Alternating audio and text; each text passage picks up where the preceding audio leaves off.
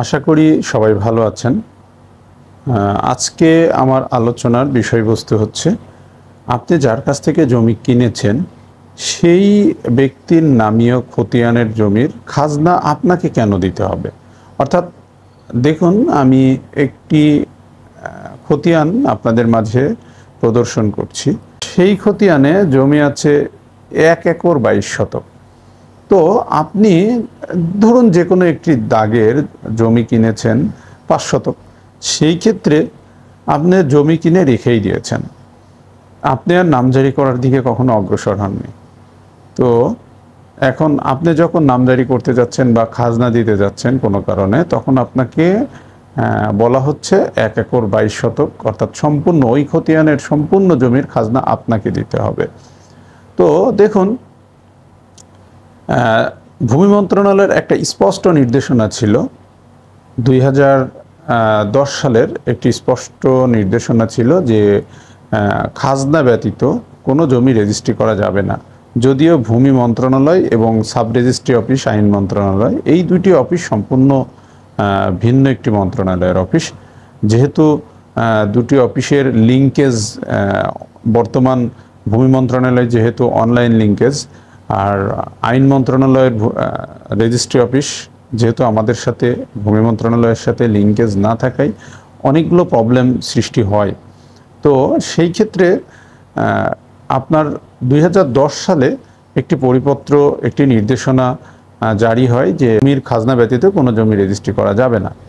তো সেই ক্ষেত্রে দেখুন, আপনি একটি জমি রেজিস্ট্রি করলেন, জমি রেজিস্ট্রি করার পরবর্তীতে আপনি নামজারি করলেন না। আসলে জমি আপনি যখন ক্রয় করবেন তার পরবর্তীতেই আপনাকে যত দ্রুত সম্ভব আপনার সার্টিফাইড কপি অর্থাৎ দলিলের নকল তুলে আপনাকে নামজারি করতে হবে।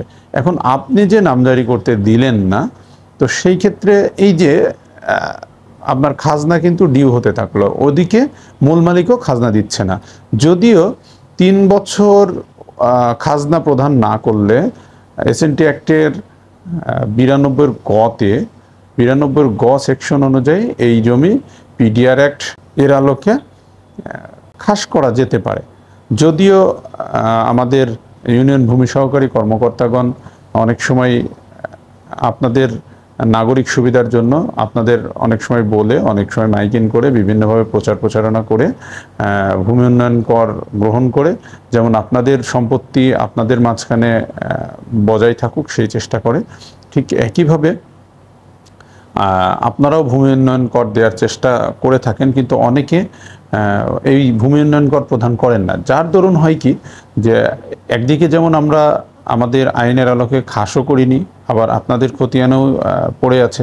এদিকে যখন ক্রয়কৃত মালিক নামজারি করতে যাচ্ছে, তখন তাকে বলা হচ্ছে সম্পূর্ণ জমির খতিয়ানে সম্পূর্ণ জমির খাজনা দিতে হবে। তখন যে ক্রয় করেছে তার জন্য এটা অনেকটা হ্যাচেল হয়ে যাচ্ছে।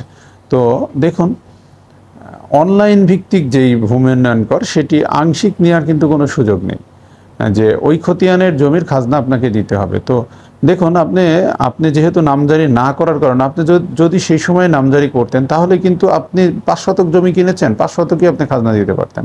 কিন্তু এখন কিন্তু একটু হয়রানি আপনাকে হতে হচ্ছে। তো এই দায় অনেক ধরনের আছে, ফৌজদারি দায়, দেওয়ানি দায়। তো এইটাও কিন্তু একটা দায়, এই দায়টা কিন্তু আপনাকে নিতেই হবে।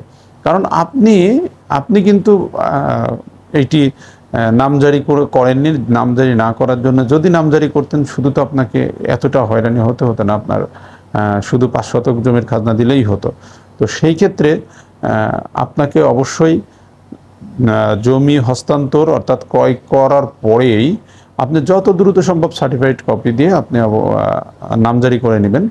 নামজারি করার পরবর্তীতে আপনি আপনার ভূমি উন্নয়ন করটা স্বাভাবিকভাবে দিবেন। তা না হলে কিন্তু দেখুন যে বিভিন্ন ধরনের দায়, তার মধ্যে এই খতিয়ানের দায়, খতিয়ানে যত টাকা আপনাকেই কিন্তু দিতে হবে, হয় আপনাকে দিতে হবে অথবা মূল মালিকের কাছ থেকে বলে তার মাধ্যম দিয়ে এটা তুলতে হবে, অথবা যদি অনেক দিন খাজনা না দেয় তাহলে তখন তো পিডিআর অ্যাক্টে মামলা করে, রেন্ট সার্টিফিকেট মামলা করে তখন তার কাছ থেকে খাজনা আদায় করতে হবে।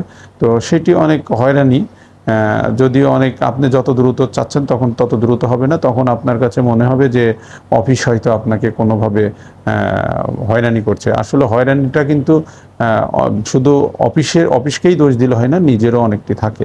তো সেই ক্ষেত্রে আমরা নিজের সচেতনতা নিজে থাকবো, নিজেরটুকু নিজে করব। জমি ক্রয় করার পরেই সবসময় অতি দ্রুত নামজারি করে ফেলবো, যাতে কোনো ধরনের হয়রানি সম্মুখীন আপনি না হন। চেষ্টা করবেন নিজের জমিটা সবসময় ভালো রাখার, নিজের জমিটা সবসময় সঠিক রাখার, সব কিছু আপডেট করে রাখার। তাহলে আপনাকে এই প্রবলেমগুলো ফেস করতে হবে না। আশা করি আপনারা বুঝতে পেরেছেন যে জমি কেনার পরে আপনাকে নামজারি করার গুরুত্ব কতটুকু। অবশ্যই আপনারা নামজারি করবেন। সবাই ভালো থাকবেন। আসসালামু আলাইকুম।